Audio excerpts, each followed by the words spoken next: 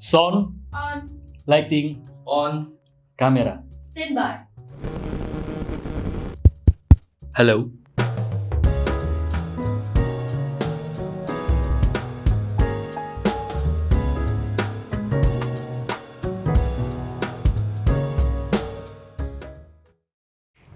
Halo Sobat Jokpro, ketemu lagi bareng gue Timothy Vantriono, Sekjen Jokpro 2024.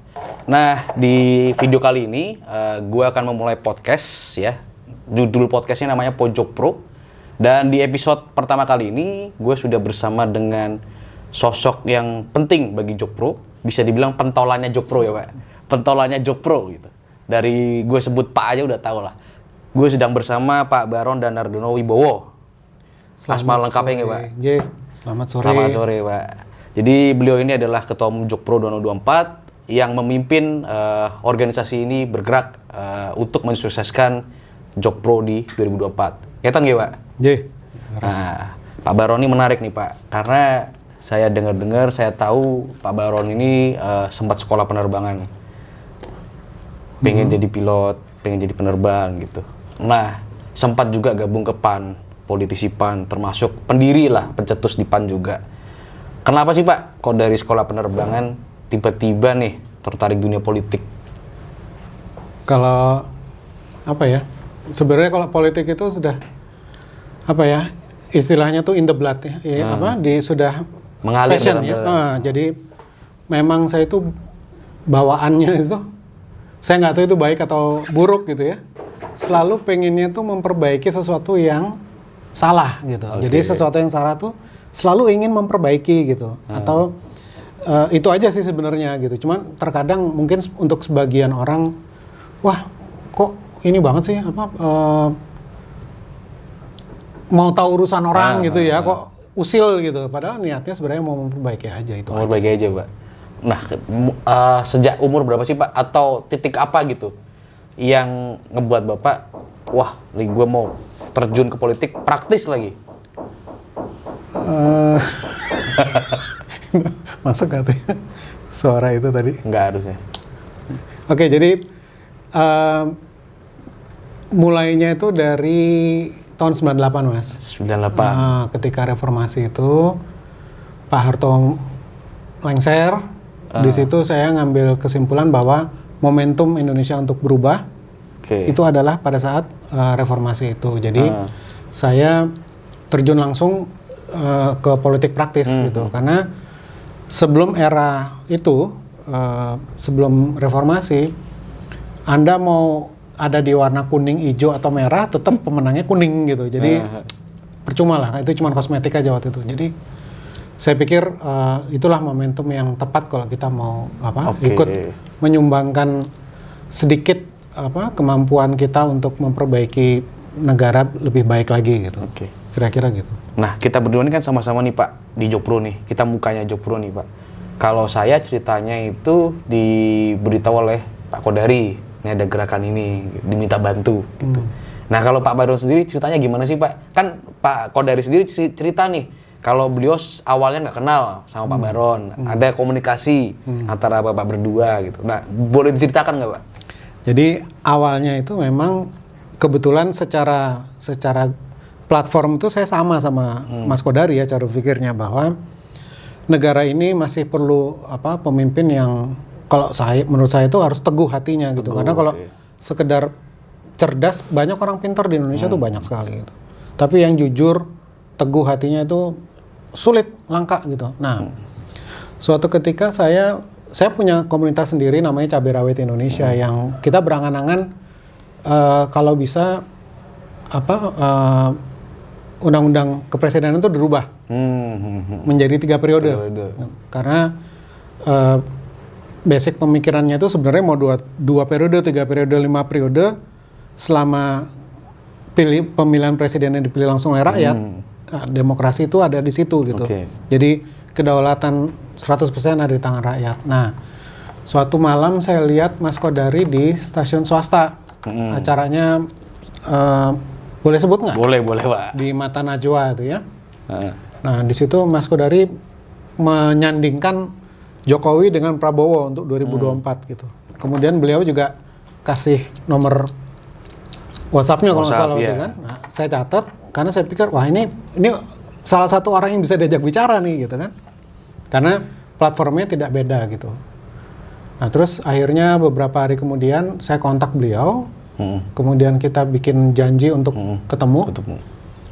Terus kita ketemu, saya dengan beberapa kawan dari cabai rawit.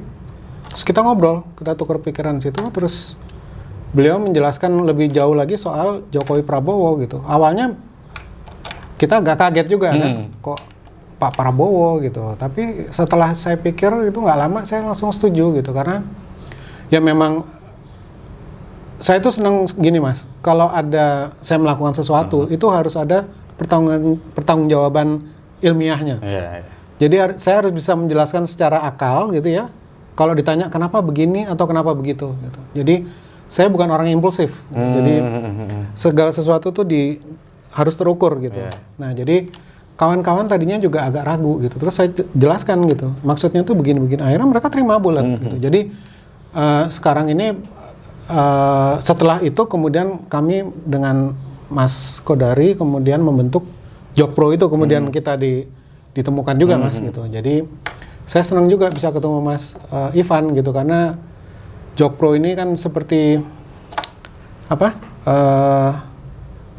Kalau sepak bola ini kesebelasan senior sama junior jadi satu, yang satu pengalaman, yang satu tenaga dan keberanian gitu. Jadi ini harus disinergikan dengan baik.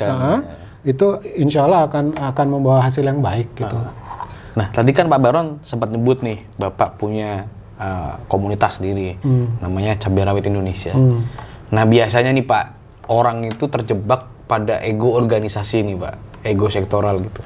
Nah, kenapa Bapak tiba-tiba mau nih gabung sama bikin baru organisasi namanya Jokpro, terjun ke dalam dan tidak pakai nama komunitas cabai rawit itu sendiri. Kan kalau yang lain saya mau dukung Pak Jokowi 3 periode, tapi saya maunya pakai bendera organisasi saya sendiri gitu. Nggak mau nih ikut Jokpro. Toh saya juga bisa jalan sendiri. Nah, kalau Bapak sendiri kenapa Bapak? Begini, menjalankan sebuah negara itu kan tidak bisa sendiri. Betul. Jadi kita harus bisa menerima pandangan dan masukan dari kawan kita gitu ya, atau orang yang lain gitu. Jadi kita nggak boleh terlalu ego tuh tidak boleh mendului tujuan. Gitu. Jadi kalau memang ternyata dengan berjalan seiring dengan ini baru, bendera baru gitu, ya nggak apa-apa, nggak masalah gitu. Jadi jangan jadi penghalang lah Mas. Gitu. Jadi memang kita itu harus bisa menyingkirkan ego untuk kebersamaan. Yang penting itu kata kuncinya kebersamaan gitu. Karena kita nggak bisa jalan sendiri, gitu. Harus sama-sama. Gitu. Nah, sebenarnya kita udah sering jelasin juga nih Pak, kenapa sih Jokpro itu ngusungnya Jokowi Prabowo? Sebetulnya kita udah sering jawab, Pak Baron juga di interview, saya juga sering jawab juga. Tapi ada nggak sih Pak alasan utama atau alasan paling esensial atau fundamental gitu? Kenapa sih Jokpro itu harus Jokowi Prabowo gitu? Yang paling penting itu apa? Apakah ada yang ingin dicegah untuk bergerak, untuk maju, atau ada motif lain, Mbak? Alasan utamanya itu untuk mencegah yang sering Mas Kodari sampaikan juga, polarisasi ekstrim gitu ya, antara kita buka-bukaan aja lah, kan ada kelompok nasionalis, ada kelompok yang agamis, religius gitu ya. Nah, yang khawatirnya itu kemudian ditunggangi oleh kepentingan-kepentingan tertentu, tapi berbajukan agama gitu. Nah, jadi itu agak-agak mengkhawatirkan juga sebenarnya. Jadi kalau bisa itu jangan sampai terjadi. Makanya alangkah baiknya kalau kedua tokoh nasional ini kan Pak Jokowi punya pengikut yang banyak kan? Banyak, terbukti beliau nomor 1 gitu ya, terpilih. Pak Prabowo juga punya pengikut yang banyak. Nah, kalau kedua banyak ini dijadikan satu kan lebih banyak lagi gitu. Jadi yang ekstrim-ekstrim tadi itu akhirnya ya sudah tidak ada kesempatan, tidak ada ruang untuk berkiprah gitu. Karena lebih baik kita mencegah daripada nanti kita mengobati gitu. Nah, banyak juga nih yang bilang, Pak, kita itu orang yang halu, kita orang yang gila, setengah gila lah gitu. Karena kok mau mengusulkan Jokpro. Padahal banyak juga pemimpin-pemimpin muda lainnya gitu. Saya juga sepakat dengan Pak Baron tadi di awal, banyak pemimpin yang cerdas, yang punya kualitas. Tapi kalau versi saya, mungkin nggak semuanya ditakdirkan jadi presiden, Pak. Ya, semua punya jalannya masing-masing. Nah, menurut Bapak sendiri, kenapa sih Pak gagasan kita ini gagasan yang normal sebenarnya, bukan gagasan halu atau bahkan prank gitu kata orang? Kalau saya mikirnya gini, dianggap halu itu karena kawan-kawan itu belum paham maksudnya. Oke. Jadi mungkin mereka kalau kita pakai istilah penerbangan ya mungkin jarak pandangnya tuh 1000 meter ke depan gitu. Sementara kita jarak pandangnya tuh 5000 meter ke depan. Jadi kita sudah bisa mengira-ngira gitu apa yang akan terjadi apabila ini, apa yang akan terjadi apabila itu. Jadi kita ini terbiasa menganalisa gitu. Apalagi kan Mas Kodari juga beliau kan surveyor, analis, punya data. Nah, ini kita kawinkan ini antara kemampuan analisa diperkaya dengan data. Nah, hasilnya kita harus A gitu. Nah, jadi sama sekali apa yang Jokpro lakukan ini bukan halu karena ada penjelasan ilmiahnya gitu. Justru saya tuh sebenarnya pengen kita tuh ketemu dengan teman-teman yang masih menganggap kita ini halu untuk diskusi gitu, untuk bicara dari hati ke hati. Kenapa kok kita begini? Kenapa kok Anda begitu? Kenapa kok kita nggak jadi satu gitu? Sebenarnya saya pengennya seperti itu gitu. Jadi biar kalau semua sudah saling paham kan tidak ada beban yang terlalu berat untuk dipikul bersama gitu. Gitu saya pikir itu. Nah, gantian aku mau nanya. Mas Ivan sebagai sekjen, kendala di lapangan apa, Mas? Nah, ini Pak, nyambung ini Pak. Nyambung juga. Nanti kita mungkin bisa sharing, Pak. Tantangan atau kendala menurut kita masing-masing. Kalau saya sih melihat dari yang tadi Bapak sampaikan, masih belum paham, terus melihatnya dari cuma jarak 1000 meter doang di depan gitu. Itu jadi ngebuat kita itu kesulitan untuk menjaring simpatisan nih. Orang masih takut nanti di penjara, dilaporin polisi. Apalagi kita kan juga dilaporin nih Pak, di Polda Sumut kan. Orang tuh masih takut deh. Masih takut kalau dukung Jokpro. Orang masih nganggep yang mungkin dia juga katanya paham politik gitu. Mereka sudah berkecimpung lama di dunia politik. Nggak mungkin lah ini kejadian gitu. Padahal kalau menurut versi saya sendiri, kalau mereka betul-betul paham politik, mereka paham bahwa politik itu the art of possibility. Apapun itu pasti mungkin dalam dunia politik kalau memang mereka betul-betul memahami politik. Nah, beda dengan kita relawan di 2014 sama 2019 sih Pak, kalau saya ngelihat ya. Karena 2014-2019 itu Pak Jokowi masih boleh terbuka, sangat terbuka peluangnya untuk memimpin gitu, untuk dipilih juga. Sedangkan sekarang nih yang kita perjuangkan bareng-bareng ini kan udah ditolak mentah-mentah, kita harus mensosialisasikan amandemen Undang-Undang Dasar, belum nanti resistensi yang tinggi dari masyarakat. Itu sih Pak kalau dari saya sih ngeliatnya. Kalau Bapak gimana Pak? Jadi begini, saya itu kebetulan juga orang lapangan juga ya dulunya gitu. Jadi sebenarnya wacana 3 periode tuh kalau dari saya sendiri sebelum ketemu Mas Kodari itu dari 2017 sudah terfikir. Bayangkan 2017 saya sudah bilang harus 3 periode. Bahkan Bapak sering bikin vlog waktu itu dulu. Saya sudah bikin vlog dan vlog itu masuk di YouTube 2018 sudah ada. Jadi itu saya lakukan sebelum Pak Jokowi itu menyelesaikan periode pertamanya. Saya sudah bilang harus 3 periode. Karena memang kami terbiasa berpikirnya panjang. Karena di politik itu kan tidak ada yang terlalu lama atau terlalu cepat gitu ya. Jadi kita harus pikir jauh-jauh gitu. Nah, ketika 2018 saya banyak turun ke pasar, ke pedagang kaki lima, ngobrol gitu. Itu mereka sangat setuju dengan gagasan kalau 3 periode karena mereka pelaku bisnis langsung gitu ya, pelaku usaha langsung yang merasakan yang merasakan akibat positif dari apa yang Pak Jokowi lakukan gitu. Jadi mereka sangat mengapresiasi apabila Pak Jokowi itu bisa memimpin terus tanpa mereka bertanya, tapi kan cuma boleh 2 periode tanpa ya. Kenapa? Karena kawan-kawan kita di akar rumput itu berpikirnya kan sederhana. Ya kalau memang sudah bagus, kenapa harus diganti? Gitu. Istilahnya kalau sepak bola juga ada istilah don't change the winning team gitu kan. Kalau ini kesebelasan sudah bagus, ya jangan diganti-ganti pemainnya, terusin aja. Betul. Gitu. Nah, jadi mereka berpikirnya sederhana gitu.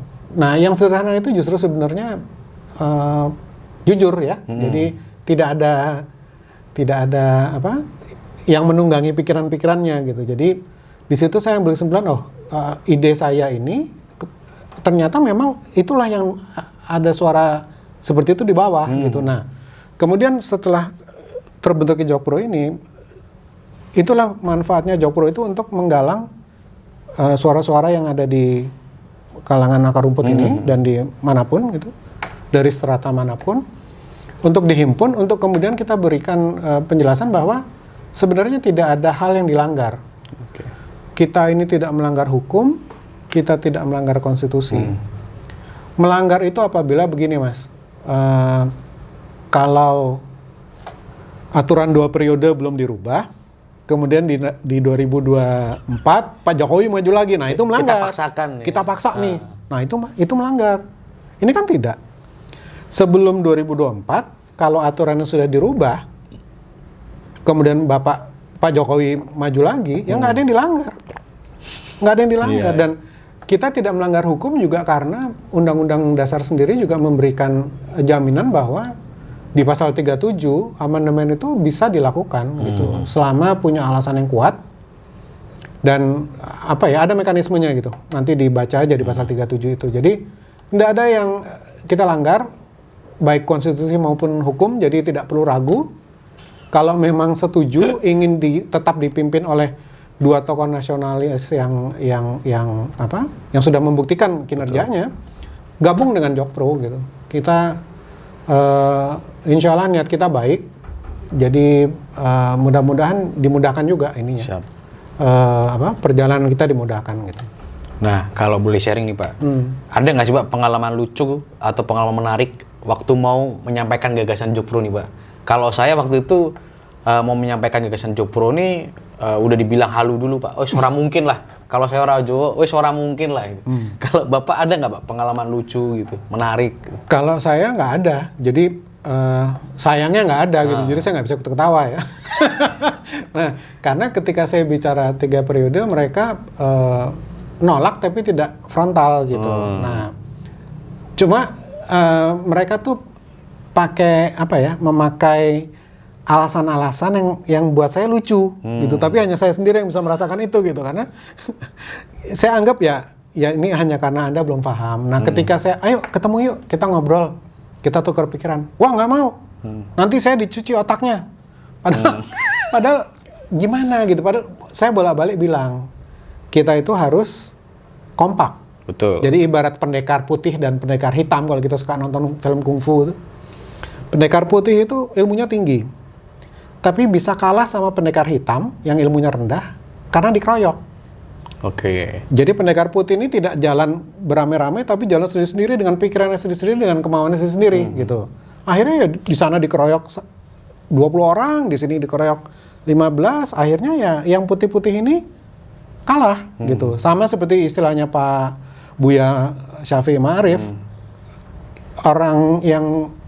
orang baik jangan diam. Betul. Nah ini gitu, orang baik jangan diam. Jadi kita harus berpikir dengan lurus saja bahwa ini demi Indonesia. Jadi momentum kita untuk bangkit menjadi Indonesia Emas 2045 itu ditentukannya di 2024 ini Mas. Gitu. Jadi kalau salah langkah itu biayanya tuh mahal sekali untuk memperbaiki. Kalau masih bisa diperbaiki. Nah ini mengerikan nih.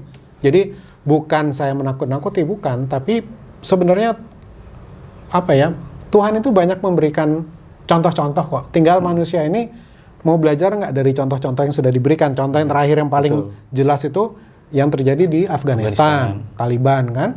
Mereka bilang kami sudah berbeda, kami akan menghargai hak-hak perempuan lah dan lain-lain bla bla bla. Ini sebenarnya urusan dalam negeri mereka ya. Tapi saya boleh berkomentar gitu karena menurut saya ininya agak menyesatkan gitu. Menurut saya tidak mungkin Taliban hari ini beda dengan Taliban yang dulu, nggak mungkin. Selama landasannya adalah landasannya sama. Saya nggak mau sebut apa landasannya, teman-teman juga pasti udah tahu kan landasan mereka itu apa. Kalau landasan digunakan sama, tidak mungkin berubah. Kalau berubah, artinya landasannya sudah berbeda, gitu kan? Ya, betul. Jadi saya bilang sama teman saya yang bilang, oh Al-Taliban hari ini beda. Saya bilang ini, tunggu paling lama Februari 2022. Kalian akan lihat Taliban yang asli seperti apa. Bahkan mungkin sebelum itu sudah kelihatan aslinya. Nah, kemarin katanya tanggal 30 ada penyanyi folk, penyanyi rakyat di di Afghanistan yang dieksekusi sama Taliban. Bener nggaknya walau alam, tapi kalau saya nggak heran gitu, karena ya nggak ada bedanya gitu. Karena selama platformnya masih sama, ya nggak akan beda. Ya. Contoh misalnya, berandai-andai misalnya partai komunis gitu ya. Saya komunis, tapi Anda nggak usah takut. Anda boleh bisnis bebas, sebebas-bebasnya. Nah, kemungkinan cuma dua. Pertama, dia bohong. Karena suatu saat kan komunis itu kan sama rata sama rasa. Betul. Nggak boleh ada yang lebih tinggi dari yang lain gitu kan. Nah, bisa jadi dia bohong, atau kedua, dia sudah nggak jadi komunis sebenarnya gitu. Karena platformnya sudah beda gitu. Jadi, itulah. Jadi, untuk saya belum ada yang terang-terangan bilang halu, tapi mereka memberikan alasan yang lucu buat saya gitu, yang sebenarnya bisa diluruskan dengan mudah apabila kita diskusi. Cuma mereka takut. Nah, saya pikir mungkin mudah-mudahan ya hanya karena belum paham aja ya, bukan karena punya hidden agenda ya, agenda terselubung. Yang bahayanya yang punya agenda terselubung, karena demi kepentingan pribadinya atau kelompoknya, mereka nggak sadar bahwa yang dijadikan taruhan itu adalah negara. Jadi saya nggak main-main ini untuk Jokpro. Jadi karena saya tahu akibatnya bahaya sekali gitu. Kita apa iya sih itu Afghanistan nggak cukup jadi contoh untuk kita gitu. Sampai orang pegangan gondeli gondeli itu apa? Bergelantungan di roda pesawat terbang itu kan saking mereka tuh takutnya sama Taliban gitu. Jadi itu dijadikan contoh gitu. Jadi jangan nunggu itu terjadi baru kita obati gitu. Karena gini Mas, ada satu kebiasaan bangsa kita, sebagian bangsa kita tapi ya nggak semua, yang agak lucu buat saya. Misalnya gini, ini ada tembok, terus tembok ini ditulis ada tulisan, awas cat basah. Sebagian kita tuh gini, basah, iya masih basah ya. Gitu. Jadi nggak cukup hanya dikasih itu, nggak cukup gitu. Nah, harusnya jangan sampai gitu ya. Untuk negara, apalagi untuk negara jangan coba-coba gitu. Karena taruhannya 270 juta jiwa. Iya. Siap. Ini pertanyaan terakhir nih Pak di episode kali ini. Banyak anak muda masih di luar sana nih yang cuek, apatis sama isu kebangsaan, isu politik. Ada nggak Pak pesan untuk anak muda supaya melek nih Pak bahwa Jokpro ini solusi nih menyelesaikan masalah bangsa. Jokpro ini untuk mencegah polarisasi ekstrim yang mungkin nantinya kalau polarisasi itu terus terjadi bisa merusak kehidupan bagi anak-anak muda ini nanti ke depannya gitu. Ya, jadi pesan saya untuk generasi muda, milenial, untuk adik-adikku sayang, untuk anak-anakku tersayang, kalian tidak harus jadi politisi, tapi kalian harus paham politik itu apa. Karena politik itu bersinggungan dengan seluruh sendi kehidupan kita, gitu. Jadi kita harus paham. Jadi apa yang kita rasakan, kesenangan kita hari ini itu juga karena politik. Apabila 2024 salah pilih, salah langkah, kemudian yang seharusnya tidak terjadi seperti Afghanistan misalnya, itu sudah nggak ada lagi tuh kita main apa Mas? Gadget, gitu, sosial media seperti yang sekarang kontennya gitu. Jadi jangan anggap remeh, tapi juga Anda nggak usah terlalu harus aku malas mikir sedikit aja lah gitu. Jadi harus gitu, karena dulu kan generasi eyang-eyang kita memperjuangkan kemerdekaan untuk kita gitu ya. Nah, kita ini tugasnya hanya tinggal menjaga dan mengisi kemerdekaan supaya kita jadi bangsa besar, bangsa yang modern, makmur, bermartabat gitu. Nah, jadi sebenarnya nggak sulit gitu. Nah, jadi jangan apolitis. Betul. harus mengerti walaupun tidak perlu harus jadi ahli. Yang penting ada rasa ingin tahu ya lah ya. Iya, Peduli jadi gitu. peduli gitu. Karena kita hari ini bisa tidak seperti kita minggu depan kalau tatanan politiknya berubah. Oke. Gitu. Siap. Oke. Menarik sekali Pak diskusi kita episode kali ini. Kita nanti bisa lanjutkan di episode lainnya. Ya. Terima kasih Pak Baron atas waktunya. Terima kasih Mas. Oke, Sobat Jokpro, demikian podcast kita Pojok Pro hari ini, episode kali ini. Dan buat teman-teman semua, Sobat Jokpro semua yang ingin bergabung dengan Jokpro, Sobat Jokpro bisa langsung menghubungi nomor admin yang nanti bisa dicantumkan di sebelah sini atau sebelah sini nih, ya. Kita bikin report editor, ya. Atau teman-teman juga nanti bisa kunjungin websitenya Jokpro, www.jokowiprabowo2024.org. Nanti teman-teman bisa langsung kepoin di situ atau follow sosial media kita dan terus ikuti perkembangan Jokpro dan syukur-syukur teman-teman mau berjuang bergerak bersama kami di Jokpro. Terima kasih teman-teman. Sampai jumpa, sampai ketemu di podcast selanjutnya di Pojok Pro selanjutnya. Terima kasih. Salam Jokpro.